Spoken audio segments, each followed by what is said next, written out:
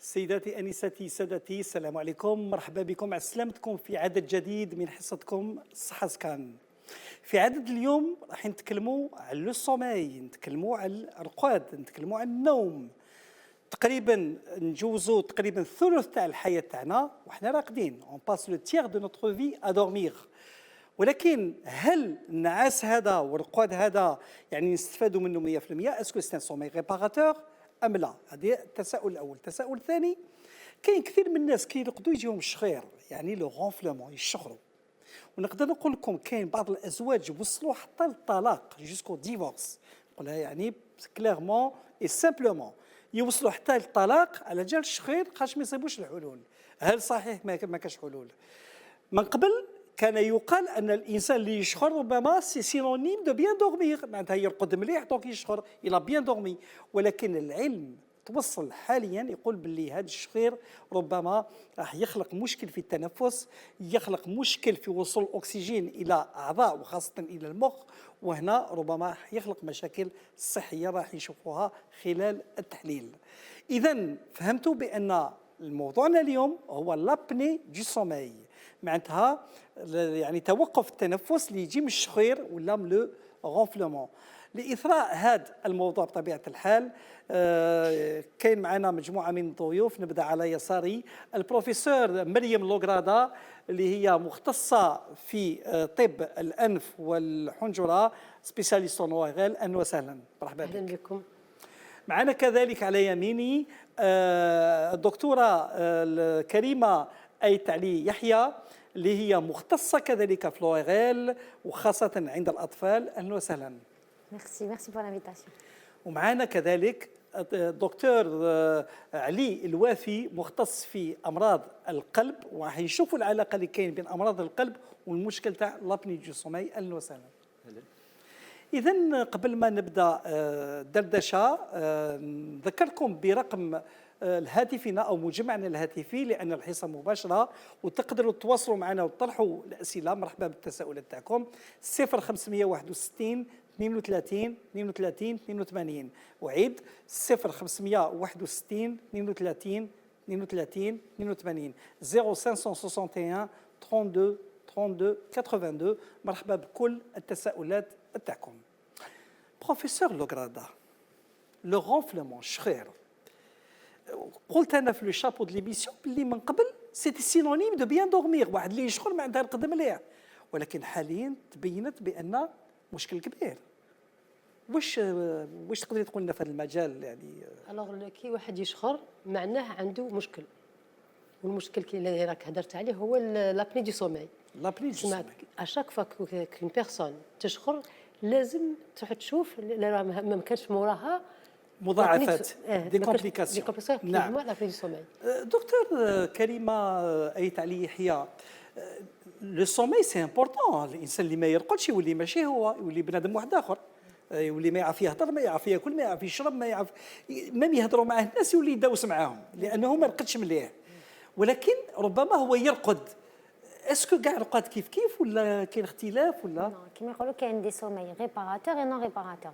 تسمى هو كي واحد يكون عنده هذا المشكل تاع لي زابني دو سوماي يرقد بصح لو سوماي لي با ريباراتور، باسكو الجسم تاعو اشافو يعاود ينوض باش يعاود يخليه يتنفس، دونك هو ما يحسش بصح كاين انقطاع في النوم بليزيور فوا دون لا نوي. اسمه هو رقد بصح ما رقدش، هذه هي المعنى تاعها. راح نشوفوا واش هو السومي ريباراتور. دكتور علي الوافي، العلاقه اللي كاين بين امراض القلب واش يجي يواسي لو كارديولوج في لابني دو سوماي تاع التنفس؟ يعني كاين علاقه غير مباشره ولا كيفاه؟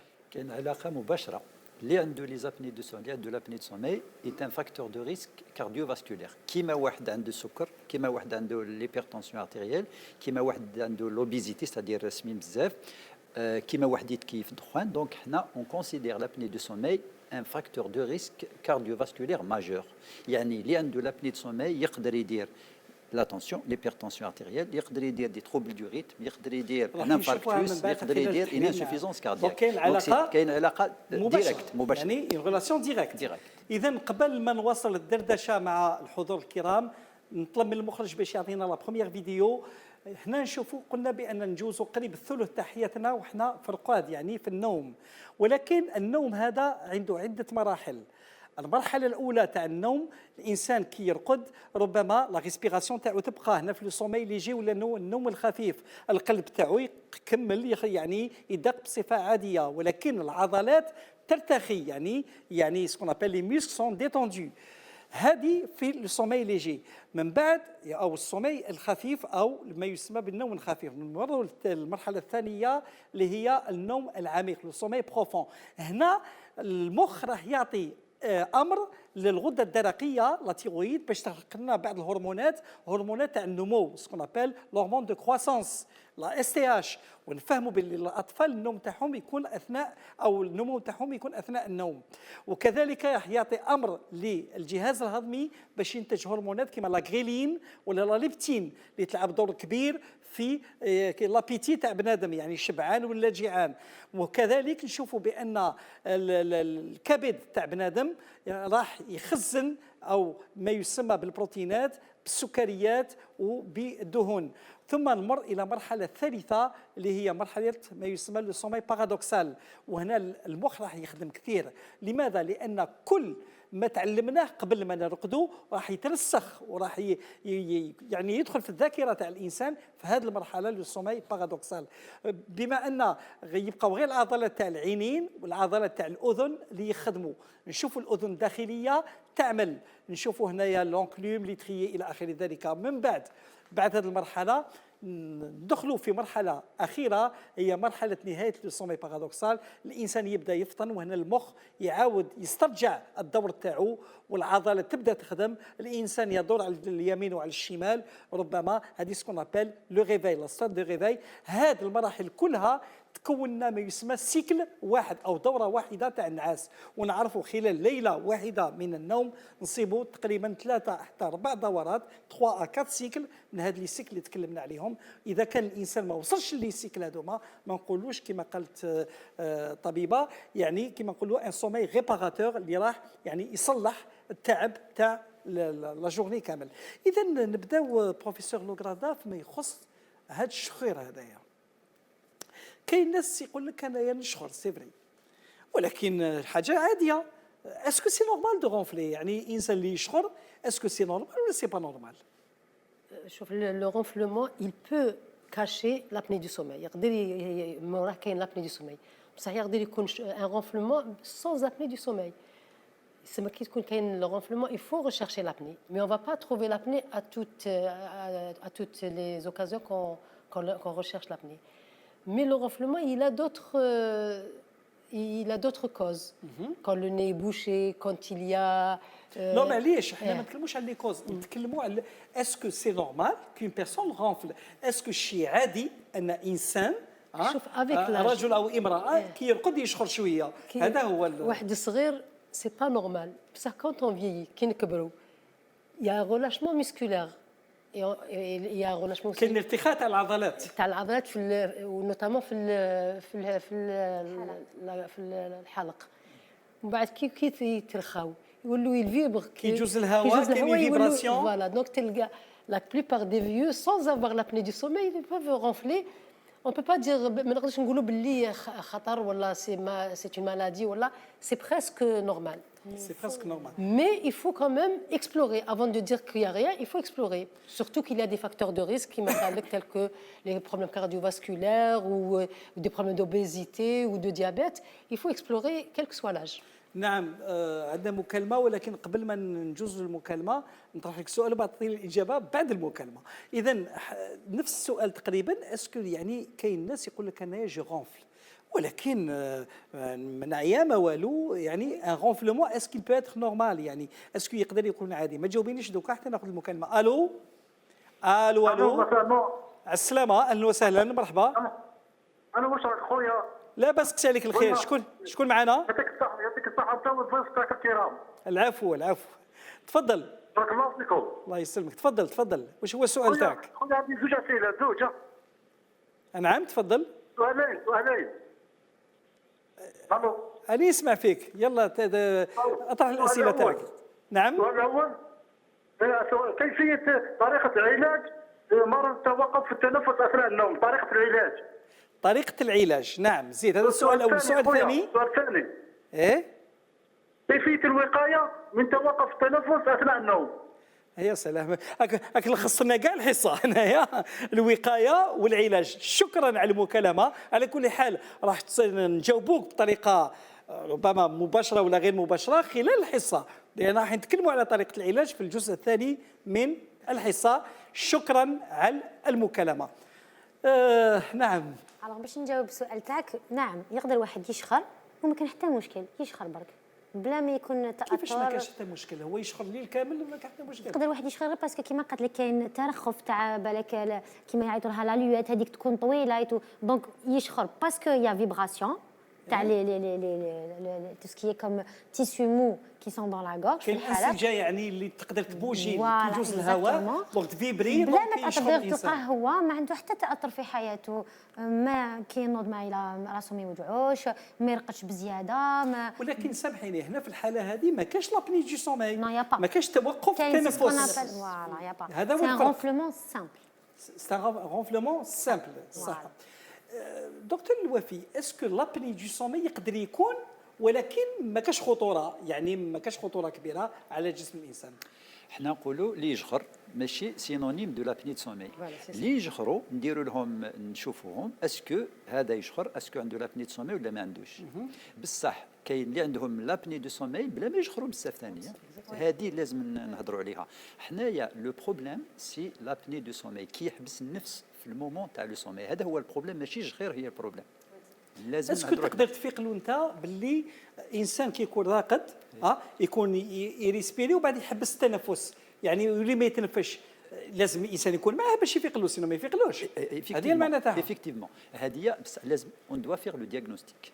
وقالت لك كاين لي بيرسون زاجي ابارتير دان سيرتان اج، واحد كي يكبر شويه اللي يكبروا كاع محسوب نقولوا يجخروا.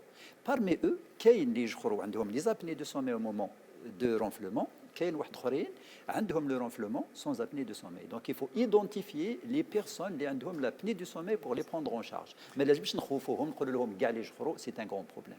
حنا باش نفهموا مليح لابني دو سومي خاصنا نتكلموا بزاف عليها وتوقف التنفس، يعني نطلبوا من المخرج يعطينا الفيديو الثانيه اللي حتتكلم على لابني دو سومي ونشوفوا لو ميكانيزم. انا نشوفوا هنا بان في لابني دو سومي يعني وعلاش كاين هذا التوقف تاع التنفس، نشوفوا هنايا بان المجاري التنفسيه تغلق يعني جزئيا او كليا. اذا غلقت جزئيا نتكلموا على الليبوبني، الهواء ما يجوش كما لازم الحال. اذا غلقت نهائيا يعني بصفه كامله نتكلموا على لابني اوبستركتيف، يعني هنايا الهواء تقريبا يجوز بالصعوبه. وفي الحاله هذه ربما يكون القلق، يكون الرئتين والقلب يخدموا كثير، ويكون ارتفاع نسبه سي او 2 يعني غاز ثاني اكسيد الكربون، نتكلموا على الهيبركابني. وفي الحاله هذه الانسان يعرق بزاف. هذه اونكور فوتيل باللي ليبو ولا ليبوز يفيق كذلك. يفيقوا باسكو سي امبرسيونون باسكو ينوض من الشوح هكذايا il y a un sentiment d'étouffement, il a l'impression qu'il va étouffer. Ça c'est un premier signe. Le deuxième signe c'est le signe تاع la somnolence qui يكون نعسان toute la journée.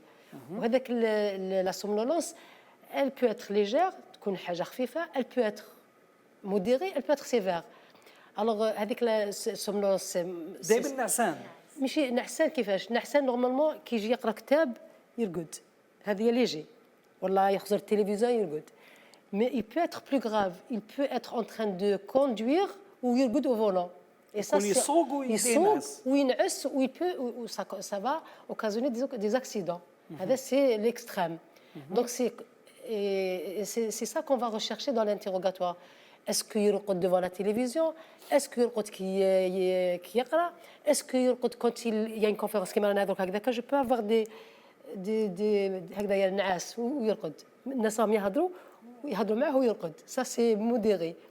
Et كما قلت لك en conduisant. سور لو بلان براتيك انتم من الناحيه العمليه يعني كي يجيك مالاد نسميوها مالاد باسكو لي مالاد. Il est malade, bien sûr. يجي لعندكم ويقول لكم جيت باسكو قالوا لي بلي هاك تشخر. اون جينيرال يعني واش اللي يجيبوا؟ اسكو التعب هذا ويقولوا له بالك هكذا، ولا لي بوس تاعو اللي تقولوا بلي هاك تشخر؟ اون جينيرال يجي يقول لك انا والله ما بيا والو، مرتي ما هيش ترقد قالت لي رحت دير فات فير اكزامي، رحت شوف. Mais quand on interroge, parce qu'il y a des échelles, il y a des scores, on peut scorer la personne. Un questionnaire où il va cocher. اسكو يا دي تيست اللي Il y a ديروهم؟ des tests, c'est le score. إيه؟ Le score يعيطوا لي score des poids. فيه justement je كنت نقول لك quand on lit, quand on est devant un spectacle, quand on Vous discute. faites des tests يعني Voilà, pour des chaque tests. malade. Chaque malade يعطوه لوحده, c'est un autotest. Pardon, un autotest. C'est lui-même qui se teste. Il va cocher les cases. Et après, si on voit, parce que avec les tests, ils sont notés de 0 jusqu'à 4. Donc, et à la fin, on fait le décompte. S'il y a plus de 10, on dit qu'il a de l'apnée du sommeil. داكور. Et après, والسؤال اسمح الاخير لي. قبل ما نمر للضيوف Je continue تفضلي. avec l'apnée du sommeil, avec tout ce qui va avec. نعم يعني كل المضاعفات اللي تجي منها. l'irritabilité, اللي شفناهم في لا فيديو، la نعم. dépression, tout ce que vous avez montré sur votre. نعم. السؤال الاخير، هل اللي يشخر يقدر يفيق بليها ويشخر؟ اسكي لي كونسيون؟ Pas vraiment, pas ما vraiment. يفيقش. ما يفيقش. D'ailleurs, souvent il y a une bagarre. هو يقولها انا مانيش نشخر، يقولها انت اللي تشخري. Parce que c'est à tour de rôle. Celui qui se réveille, il va voir l'autre qui ronfle. Voilà. Donc la personne qui ronfle, pendant qu'elle ronfle, elle ne peut pas s'en rendre compte. دكتور ايت علي يحيى، الاطفال يعني لي زونفون اللي يشخروا نشوفوا باللي ما يرقدوش مليح، يعني وعلاه؟ ما هي الاسباب عند الاطفال؟ يعني احنا تكلمنا عن الاسباب، ربما عند قالت لك الناس كي يكبروا في العمر، المراه كي تلحق سن الياس لا مينوبوز اكسيتيرا تقدر يكون، ولكن الاطفال واش هما لي كوز يعني تاع عند الغونفلمون؟ الاطفال خاصه سي لي زاميغدال الكبار ولا لي فيجيتاسيون ادينويد، سي لي برينسيبال كوز. دونك سوفون الاولياء يخافوا، يقول لك اسكو لازم نحيلو نغنغ ولا الكراجم باسكو بالك يعاونوه في المناعه تاعو من هكا. با دو تو. كونت لي زاميغدال ولا لي فيجيتاسيون نغانغ يكونوا كبار بزاف، لازم واحد ينحيهم، باسكو كان ان انفون اللي ما يتنفسش مليح وما يرقدش مليح يكون عنده تاخر في الوزن، تاخر في القامه، مشكل في مشكل في الذاكره، مشكل في الذاكره، مشكل في التركيز. سي دي زونفون كي اون دي بروبليم على ليكول، سي فريمون يا ميم وجهو يتبدل، عندهم ان فاسياس بارتيكولي، عندهم وجه صغير طويل. سا ان امباكت très très important sur l'enfant. Donc un enfant qui souffre, qui dort mal, il faut vraiment rapidement l'emmener chez le médecin pour prendre en charge. شكون اللي يفيق له؟ هو يعني ترى الاولياء هما اللي يفيقوا، خاطش ماشي مرض باين هكذايا كي يكون راقد يصيبوا باللي ما يريسبيريش مليح. يلقاوه يشخر، يلقاوه كيما قالت لك مرات فمو محلول هكا كي يساليف يرغون هكا، يرقد فمو محلول. تلقاه ميم كي كاينين يتكلموا مغلوقين مساكن، كي تشوفوا اون بلان جور تلقاه هكا. فريمون سي بيرسيبتيبل. مي توت انفون ولكن بالنسبه للعلاج الجراحي تاع لاميغداليت وتاع اللوزتين كما نقولوا حنايا وتاع النغانق كما قلتي، هنا كاين يعني مدارس تختلف يعني في الاراء. كاين اللي يقول لك نوبيري، كاين اللي يقول لك ما راح نشوفوا من بعد. على كل حال دكتور الوفي، فوزيت كارديولوج، انت طبيب مختص في امراض القلب، تكلمنا وشفنا في الفيديو بلي ليبرتونسيون تقدر تجيب المشكل هذايا، يعني ليغيتابيليتي يعني هذا الشخير هذا يخلق لابني دو سومي تخلق مشكل تاع ارتفاع الضغط الدموي. هل علاج ارتفاع الضغط الدموي في الحاله هذه عندما نعالجوا هذا الغنق يروح لارتفاع الضغط الدموي؟ وحنا نعرفوا بلي ليباتونسيون ارتيريال سي اون مالادي كرونيك اللي تبقى يعني تقريبا كل عمر. واش كيفاش تجاوب على السؤال؟ ليبرتونسيون ارتيريال ولا كانت ديجا قبل لابني دو سومي، elle sera aggravée. شغل l'apnée du sommeil aggrave l'hypertension artérielle. يكونوا لي شيفر يطلعوا شويه، طلع له 15 10 ولا 15 9، كي يكون عنده لابني دو سومي لي شيفر يزيدوا يطلعوا اكثر، يلحقوا حتى لو 20 الكبيره ويلحقوا حتى 10 11 صغيره. هذا اللي ما عندوش، واللي عنده ديجا ليبرتونسيون ارتيريال. واللي ما عندوش ليبرتونسيون ارتيريال او بلابني دو سومي بشويه بشويه لابني دو سومي هذيك يدير له ليبرتونسيون ارتيريال. خاطر ليبرتونسيون ارتيريال سي كوا؟ سي بليزيور فاكتور: l'augmentation de la fréquence cardiaque, l'augmentation de la stimulation sympathique, le stress, de l'hypoxie chronique. هذه غير ليبرتونسيون ارتيريال.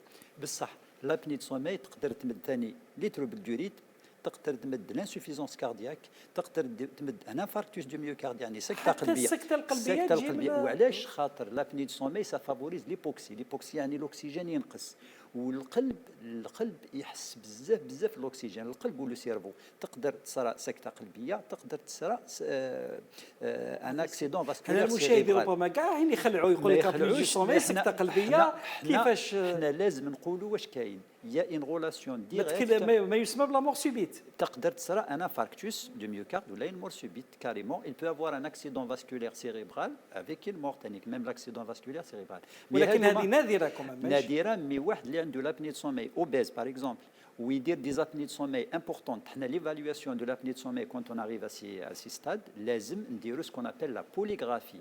نبعثوهم شي دي زواريل ولا شي دي بنومولوج، هادوما سي لور سبيسياليتي، يديروا لهم واحد لاباري يرقدوا به في الليل، يعسوه لا نوي، يشوفوا كومبيان دو طون هاد لي بيرسون تروح لهم لا ريسبيراسيون. لو كان تروح لهم بزاف وليبوكسي تكون امبورطونت، وعلى بالك لو سيرفو سورتو الراس والقلب، هاد الاعضاء يعسوا بزاف الاكسجين. صافي تقدر يصراو هادو لي بروبليم. ماشي حنا اللي هضرنا عليهم، سا اكزيست، سي دي شوز سيتادير سي ديمونطري بار دي غروند زيتود. وصلت الفكره. ناخذ مكالمه ثم نخرج فواصل اشهاريه. الو الو الو الو. انقطعت المكالمه. نطلبوا ان شاء الله باش يعاود يكلمنا او تعاود تكلمنا. نتاسف على كل حال، كنا عطينا الاولويه للتحليل، كنا راح ناخذوا المكالمه من بعد. اذا شفنا بان هذه العمليه تاع لابني دو سومي ماهيش حاجه بسيطه، ماهيش حاجه اللي ناخذوها يعني بنظره هكذايا بسيطه جدا، قال ما كان والو خلي. اذا هنا باش نولي لك دكتور علي يحيى كريمه، قلت بان اون اوبير يعني نديروا عمليه جراحيه، ولكن كاين كثير يعني من الاطفال كيتقدموا للمستشفيات يقولوا لهم نو ما نوبيريولكمش، ما نحيولكمش لي زاميدال تاعكم دو توت لي مانيير، قد ما تكبروا قد ما لي زاميدال هذو يصغروا حتى يروحوا. واش جاوبينا على السؤال هذا؟ نو سا ديبون. لو كان ان انفون مسكين متاثر بزاف. اذا سمحتي ناخذ مكالمه سينو يزعفوا علينا. هذه هي. الو السلام عليكم. السلام عليكم. وعليكم السلام. السلامة، مرحبا، تفضلي. مرحبا بك. يزيد فضلك دكتور. دكتور دوك نسمع الطبيبه كانت تهضر على لي فيجيتاسيون لي زاميغداي. وي نعم. عندي زوج دراري، عندي واحد 14 سنه وواحد 13 سنه. ايوه. الو. انا نسمع تفضلي. نعم. منحيت لهم كيما تاع 13 سنه، منحيت له لي زاميغداي ولي فيجيتاسيون. والكبير ثاني منحيت له لي فيجيتاسيون تاع 13 سنه، منحيتهم له زوج خطرات، نحيتهم له مولا 4 سنين ونحيتهم له مولا 11 سنه. يسمع عاودوا ولاو له. نعم. نعمتك دائما. ويسخر لي كما سمعت الدكتوره هذيك اللي قدام تاع الطبيب تاع القلب، يسخر توجور فمو محلول، دائما وجهه ثاني شغل صفر، شغل ماشي نورمال في وجهه. وفي زوج كي هذاك تاع 14 كي تاع 13 سنه مازالهم لو دوكا يسخروا لي فمهم محلول، حتى نعسهم في الليل نقلبهم هكذا سور لو كوتي هكذايا باش ما وفمهم توجور محلول. والسؤال تاعك سيدتي واش هو؟ والله ما فهمت يا طبيب. انا كنت قال لك محسوب بالك من لي فيجيتاسيون من لي زاميغداي نحيت لهم وراه بروبليم يعني شغل ولاو كيما كانوا. نعم.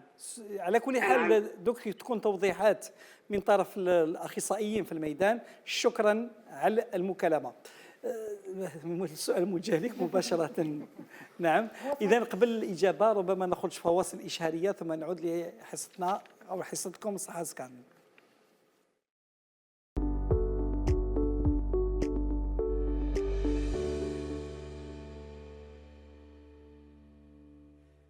مرحبا بكم مرة ثانية أعزائي المشاهدين. نعود لحصتكم الصحة سكان، ونذكركم بأننا اليوم نتكلموا عن لابني دو سومي، معناه توقف التنفس خلال النوم أو ما يسمى خلال عملية الشخير يعني لو غونفلمون.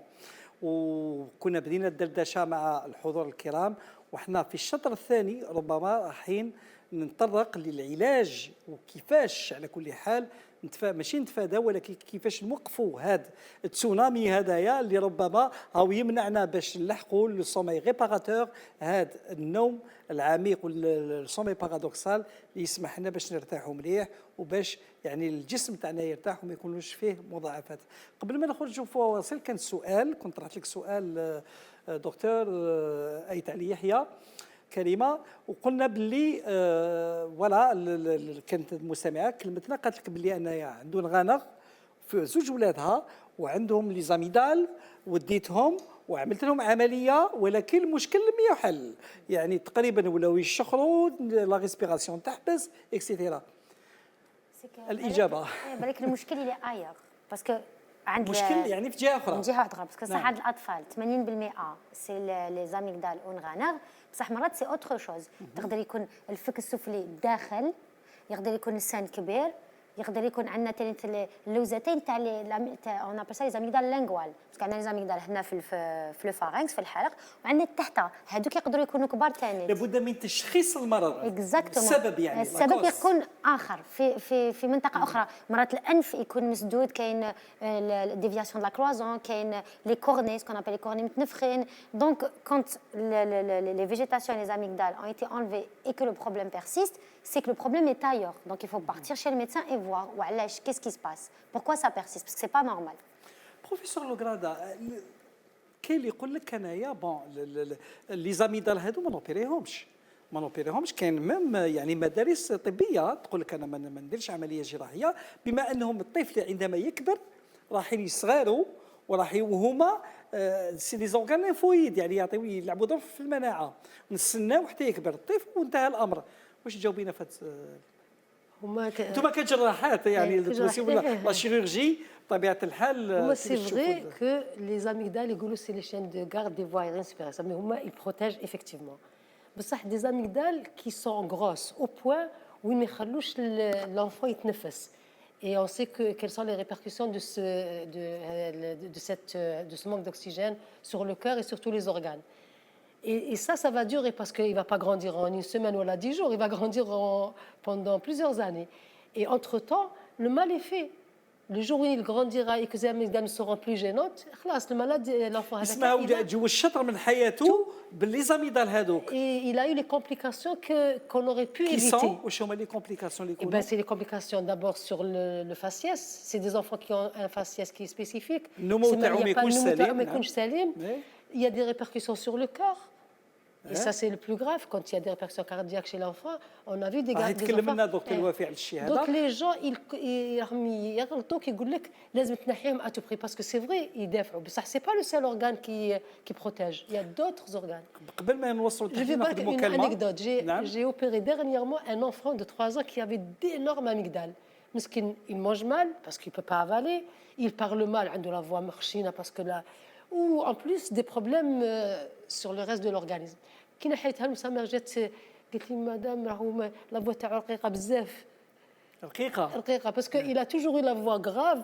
Donc du coup كي ولا نورمال كي ولا نورمال خافت. ولكن ناخذ مكالمه وبعد نكملوا التحليل. الو السلام عليكم.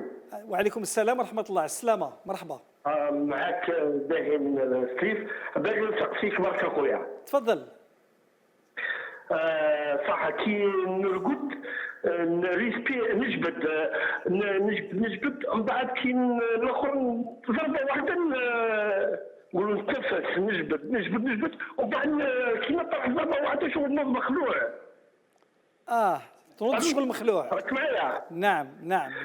شغل كي نوض مخلوع نجي نرقد كل دقيقه كل 5 دقائق نجي نقلب، لازم نفطر لازم هكذا فهمتي. سيدي الكريم كيقول لي واحد. نعم سيدي الكريم، هل انت تشخر؟ هل قالوا لك كيف اصحاب الدار؟ ما واش يسمعني المواطن يقول لي ما نفطرش خلاص. نعم. مي انا ما نقعدش كل 5 دقائق تفطن. ما نقعدش خلاص. نعم. الرساله تاعك وصلت. على كل حال بقى معنا ودوك تسمع توضيحات في هذا الباب هذايا. شكرا على المكالمه. ربما يقول لك نفطن سوفون، يعني وهذا هو لابني دو سومي. تفضل دكتور الوفي. هذايا سي ان كا براتيكمون تيبيك. هادوما سي دي مالاد ريال. هذا عنده دي زابني، سيتادير مسكين ان سيرتان مومون خلاص ما يقدرش يتنفس كامل ومن بعد ينوض. اوروزمون ينوض باسكو لو سيرفو تاعو يلي ستيمولي. لو سيرفو تاعو او يجيو له لي سينيو باللي لازم يفطن. لازم يفطن لازم يفطن سينو يدير فيه سينو يدير فيه نفس، سينو يقدر بعد الشر يموت.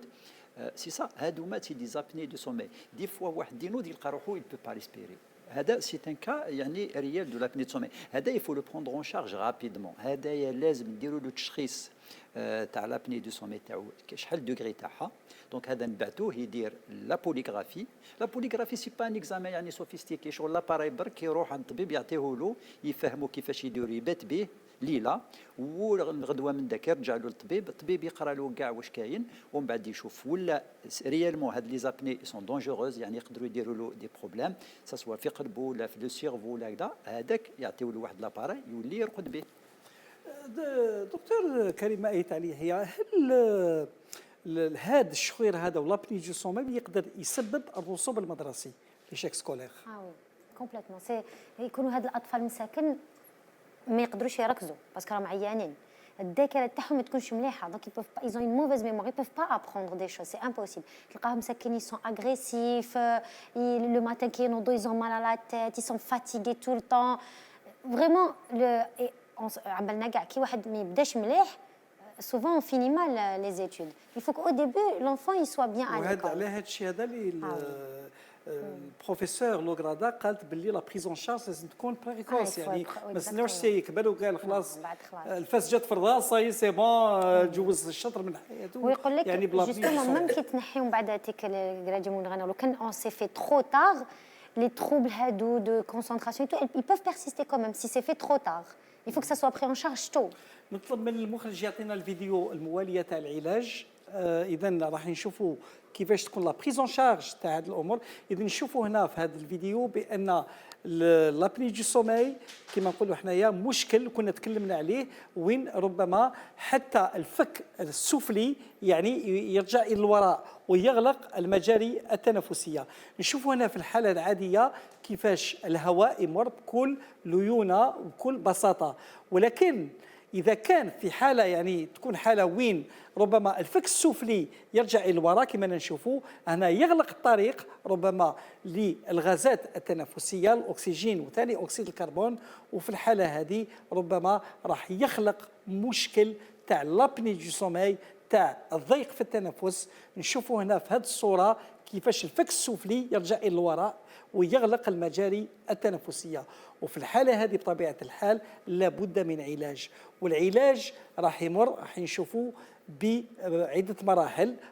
أولا قبل العلاج لابد من تشخيص المرض ونعرفوا مش هو السبب تاع لابني دو سومي هذه. نشوفوا في هذه الصورة كيفاش يعني هنا طريقة ما يسمى بلورتيز افونسي، نستعملوا طريقة يعني هاد كما نقولوا هاد الطريقة باش الفك السفلي يافونسي الى الامام ما يرجعش للوراء باش يغلق المجاري التنفسيه. هذه طريقه بسيطه بطبيعه الحال بشرط ان تكون الاسنان سليمه، يعني باش يقدر هاد لورتيس افونسي تلعب الدور تاعها، والا ما تقدرش ما نقدروش نطبقوا هذه الطريقه اللي تكلمنا عليها تاع لورتيز افونسي. وكاين طريقه ثانيه راح نشوفوها في الفيديو الثانيه اللي هي تخص ما يسمى ب لا بريسيون بوزيتيف كونتينيو. هنا كاين آلة ان بواتي مع كما نقولوا حنايا ان ماسك قناع نوضعوه في الانف ولا في الانف زائد الفم، ويبعث لنا ما يسمى بهذا الهواء باش يخلي المجاري التنفسيه مفتوحه. هذه العمليه تم اثناء انه نشوفوا هنا لي فيبراسيون اللي يكونوا، وهذا يعني هذه الحركات تاع الانسجه اللي تكون في عمليه الشخير، ولكن باستعمال هذا القناع وهذا لا بريزيون بوزيتيف كونتينيو اللي راح نشوفوها تخلي ربما هذا كما نقولوا هذه المجاري التنفسيه مفتوحه. دائما انا نشوفوا في لورتيز افونسي اللي كنا شفناها قبيلات طريقه ربما ما تطلبش اله وما تطلبش يعني كما نقولوا حنايا دو غران موان وتل عندها دور كبير. نطلب من المخرج باش يعطينا الفيديو اللي تخص ربما القناع واللي تخص يعني ما يسمى. انا نشوفوه هنايا بطريقه لا بريسيون بوزيتيف كونتينيو، ولكن هنا كاين اله ربما الانسان تجي ليه شويه هذاك الصوت تاع الاله في البدايه، ولكن يتعود عليه بالطريقه هذه بطبيعه الحال تخلي المجاري التنفسيه دائما مفتوحه. وهذو هما للوقت الحالي زوج حلول، كاين الحلول الجراحيه، ولكن هذا الحلول الجراحيه انا نشوفوا في هذه الصوره بان الفك السفلي هو رجع الى الوراء ويغلق المجاري التنفسيه، ولكن بعمليه يعني بالعمليه تاع القناع ولا سكون ابل لا بريزيون بوزيتيف كونتينيو تبقى هذه المجاري التنفسيه مفتوحه، وهذا الشيء اللي يخلي الانسان ما يكونش عنده هذا الانقطاع وهذا لابني دو سومي اللي نشوفوا يعني عنده مضاعفات كبيره على الجسم وعلى مستقبل الطفل او حتى على عند الانسان اللي يكون يعني كبير في العمر. اذا شفنا هاد زوج حلول. بروفيسور لوغرادا، يعني سانسيرمون شفنا لي دو ميثود تاع لورتيز افونسي وشفنا لا بريسيون بوزيتيف كونتينيو. شكون انت كمختصه في الميدان، هل سا ديبون من المريض ولا من هي الطريقه يعني الانجع في الحاله هذه؟ Il faut d'abord parler peut-être de la polygraphie. Non. D'abord faire le diagnostic par la polygraphie parce que le nombre d'apnées par heure est très important pour l'indication. D'accord. Donc, en général, il faut plus de 30 événements par heure. L'apnée du sommeil, il faut qu'on compte au moins une trentaine d'événements في الساعة.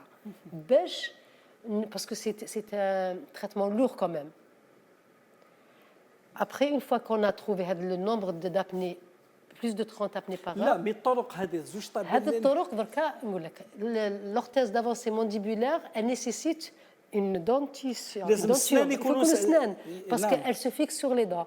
Si quelqu'un était denté ما تقدرش ديروا l'orthèse d'avancée تبقى mandibulaire. الطريقه الثانيه اللي هي لا بريسيون بوزيتيف كونتينيو. La pression positive continue, c'est le gold star, c'est la première chose qu'on fait. يعني الانسان اللي يدير هذه العمليه هذه الاله صي يعني المشكل تاع الشخير هذا ومشكل تاع لابني دو سومي انتهى الامر. Voilà. وشنو il faut le supporter. وكل ما يرقد لازم يدير الماسك هذا. كل ليله même qui dit la sieste.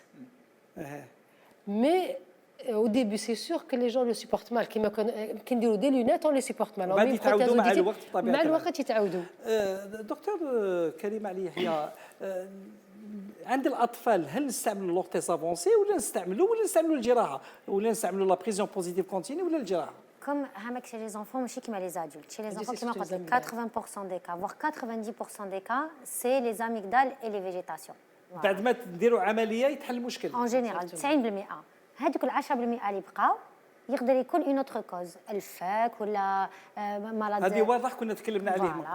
الدكتور الوفي يعني من ناحيه المضاعفات هذه تاع امراض القلب، كنت طرحت لك السؤال في بدايه الحصه، يعني الانسان اللي ما كانش عنده ليبرتونسيون من قبل وجاته من هذا المشكل هذا تاع المشكل تاع لابني دو سومي، بعد ما نحلوا المشكل هذا بهذ لي دو زاباراي لورتيز افونسي ولا لا بريزيون بوزيتيف كونتينيو، المشكل تاع ليبرتونسيون يروح. ولا ليبرتونسيون ارتيريال هذه جات له برك من لابني. نعم. اوكي تقدر تروح نهائيا. تقدر تروح نهائيا. ولا كاين دوطخ فاكتور دو ريسك باسكو ليبرتونسيون ارتيريال اسونسيال دوك ماشي ما عندهاش ان كوز، كاين لو كان نوصلوا للمضاعفات كي تكلمت قبيل على القصر يعني تاع القلب الانسيفيزونس كاردياك، هل المشكل هذا تاع الانسيفيزونس كاردياك لان كي يصرى يقدر يعاود يولي زيرو يعني كي يتحل المشكل ولا يبقى الانسيفيزونس كاردياك؟ هي الانسيفيزونس كاردياك سي لا كومبليكاسيون براتيكمون لا بلو غراف لا بلوس اولتيم، يعني تجي حتى وين واحد يدير انتروبيليوريت، يدير ان هيبرتونسيون ارتيريال، يدير دو ليسكيمي سيتادير لو موسكل تاع قلبه يولي يعيا من مونك دوكسيجين. شغل الانسيفيزونس كاردياك كي نلحقوا عندها كسا سوا لابني اللي عطاتها له ولا لو ديابيت اللي عطاتها له ولا ليبرتونسيون ارتيريال، سي ديفيسيل دو ريفونير اون اريير. Face à l'insuffisance cardiaque constituée, on doit traiter l'insuffisance cardiaque et prendre en charge toujours toujours l'apnée du sommeil. Elle reste toujours un facteur de risque à prendre en charge. دكتور علي الوافي، بروفيسور مريم لوغرادا، ودكتور كريمه علي يحيى، الوقت يمر بسرعه وانتهى الوقت. فوالا انتهى الوقت. اذا وصلنا لنهايه عدد اليوم. en 30 secondes اعطي لي الكلمه الختاميه.